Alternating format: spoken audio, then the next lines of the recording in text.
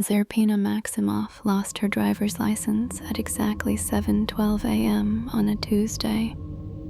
She knew the exact time because she stared at the microwave clock in absolute disbelief afterward for nearly a full minute. The morning had started normally enough.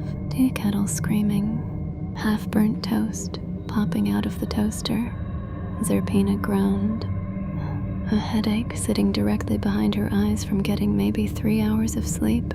She stood in the kitchen of her apartment wearing an oversized black shirt and striped sleeves while digging through her wallet, trying to check whether her license had expired yet. "Please still be good," she muttered.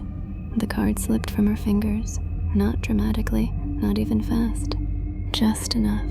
It clipped the rim of her tea glass perfectly, spun across the counter, hit the corner of the sink at an angle so mathematically terrible it almost felt intentional, then dropped directly into the garbage disposal. Half a second later, it spun to life, full grind. The disposal activated instantly. Zerpina stood motionless, staring into the sink, looking back between the sink and her tea, still trying to process what just happened. The ruined remains of her license vanished into grinding metal. Silence filled the apartment. Then, "There is no fucking way," she grumbled. "Well, fuck me." By 2:13 p.m., she was sitting inside the DMV, wishing the garbage disposal had killed her too.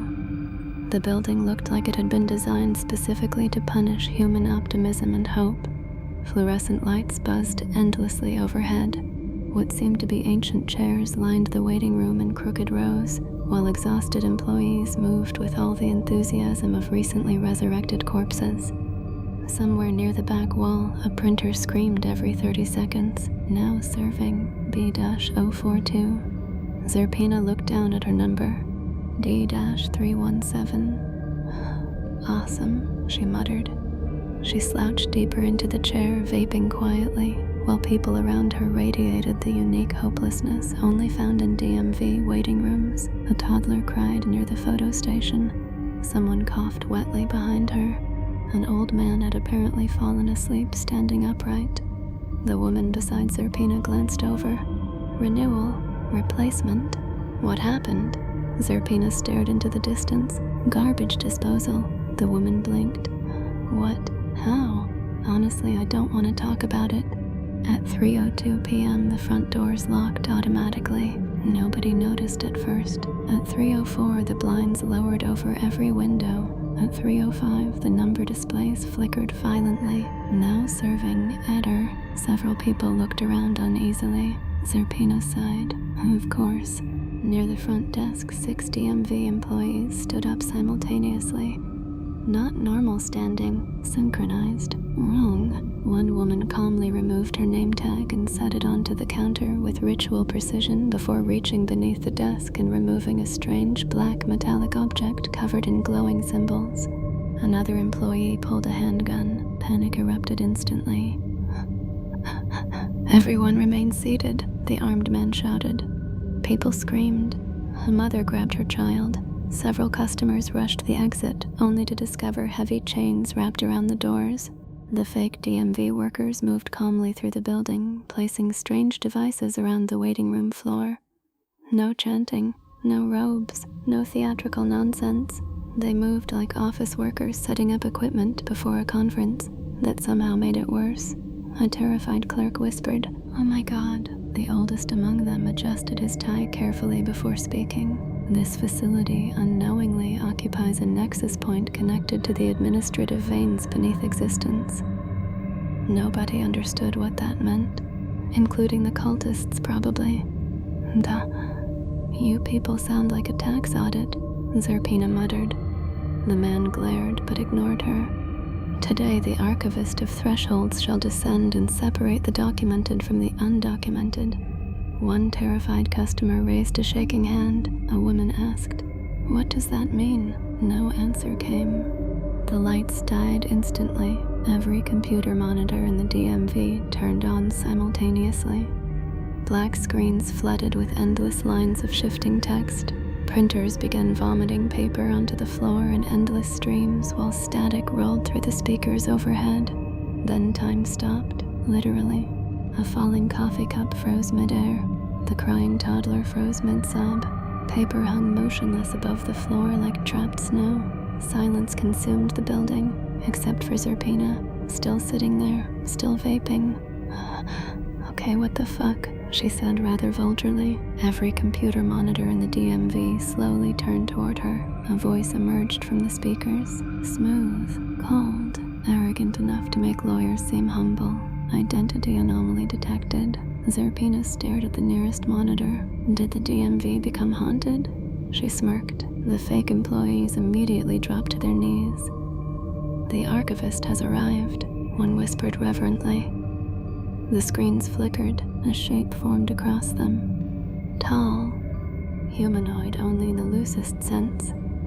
Its body constantly reorganized itself from shifting documents, signatures, moving text, identification photos, seals, and endless rows of filing numbers. It looked less like a god and more like bureaucracy itself had become sentient, present identification. It got obliterated by a garbage disposal this morning. Silence. The entity paused briefly. Then, state your designation. Zerpina Maximoff. Thousands of files immediately flooded the monitors. The archivist spoke smugly, processing human record. Good luck. Zerpina looked annoyed. The entity continued. Subject displays chronic fatigue, nicotine dependency, and severe administrative irritation consistent with modern human existence. Wow, okay, rude, Zerpina mockingly said. More files appeared. The archivist's confidence slipped slightly. Date records conflicting. Same. Multiple educational histories detected. I dropped out twice. Was bored, Zerpina smirked. Subject file extends prior to documented birth. Zerpina frowned. That sounds medically concerning. The entity ignored her. More records flooded the screens now. Ancient records. Impossible records. Languages older than civilization itself. The archivist's voice became sharper. This file structure is invalid. Maybe your system sucks, Zerpina said mockingly. Several kneeling cultists looked horrified as this girl mocked their god to its face. The entity pulsed angrily across every monitor. The registry is perfect. Then why did I fill out the same form 3 times already? Zerpina raised an eyebrow, bored and fiddling with her phone. Silence. One kneeling cultist quietly lowered his head because honestly she had a point. The archivist processed deeper, then suddenly stopped. Its attention locked onto the vape in Zerpina's hand. A long silence followed. When it spoke again, the smugness was gone. What is that object? Zerpina blinked. It's a cheap piece of shit vape. Zerpina looked at the vape with the same disconnect you would for a rock. The monitors flickered violently. That is not its primary function. Yeah, it also tastes like strawberry. Zerpina smirked blandly. The archivist ignored her completely now. The screens destabilized. Lines of text corrupted. Who do what now? Zerpina puzzledly asked. One fluorescent light exploded overhead. The cultists were visibly panicking now. My lord, one whispered nervously. The entity continued processing. Then every monitor in the DMV abruptly went black, not turned off, black. The archivist had found something. When it finally spoke again, its voice carried genuine uncertainty. The hollow child. Zerpina immediately groaned. Oh my god, not this weird title shit again. She rolled her eyes. The archivist recoiled visibly. You are unaware of fucking what, you weirdos? No answer came, because the entity itself suddenly seemed more interested in leaving than explaining. One terrified cultist shakily stood. My lord, should we begin the sorting? The archivist ignored him completely. At that exact moment, a loud buzz echoed from the front counter. Everyone looked over, even the archivist. The teenage employee near the pickup shelf slowly lifted a pizza box with trembling hands. Large pepperoni for Zerpina? Zerpina perked up immediately. Oh, thank whatever god is out there. Several cultists stared at her in disbelief. You ordered pizza during the convergence, one snapped. I ordered it before your weird office cult thing started, Zerpina smugly said. Time itself remained frozen while she walked calmly across the DMV and grabbed the pizza box, gave the pizza guy a $10 tip, and shoved him out the door before anyone else could speak. Steam rose softly as she opened it and pulled out a slice. Meanwhile, the archivist resumed speaking in its layered cosmic voice. The seal upon your existence cannot remain permanent. Eventually, Zerpina took a bite. Still chewing, she glanced up at the monitors. Huh? Sorry, what? Silence filled the DMV. One cultist slowly covered his face with both hands. The archivist stopped speaking entirely. Not from rage, from exhaustion. Like an ancient cosmic administrator realizing no version of this interaction would ever regain dignity. Several monitors flickered weakly. Then the entity finally spoke again, flat, defeated. Your followers are profoundly irritating, Zerpina finally said. Bored of this, the cult leader blinked in confusion. My lord? Every computer screen in the DMV immediately displayed processing termination request. The cultists collectively had about 2 seconds to panic before every printer in the building violently exploded. Paper blasted through the waiting room like razor wire while screaming cultists were dragged bodily into flickering computer monitors one after another. The archivist never yelled, never raged. It simply deleted them, efficiently. Meanwhile, Zerpina sat in a DMV chair eating pizza while bits of printer exploded nearby. Honestly, this place sucks. Still bored. The archivist remained silent for several moments.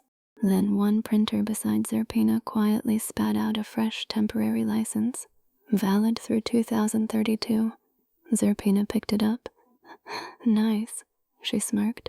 The entity spoke one final time, very quietly, almost respectfully. Please leave the building before something worse notices you are here. Zerpina stood slowly holding the pizza box under one arm, not paying any mind to the cosmic being. You people are so dramatic. Then she walked out of the DMV while the remaining monitors shut themselves off one by one behind her.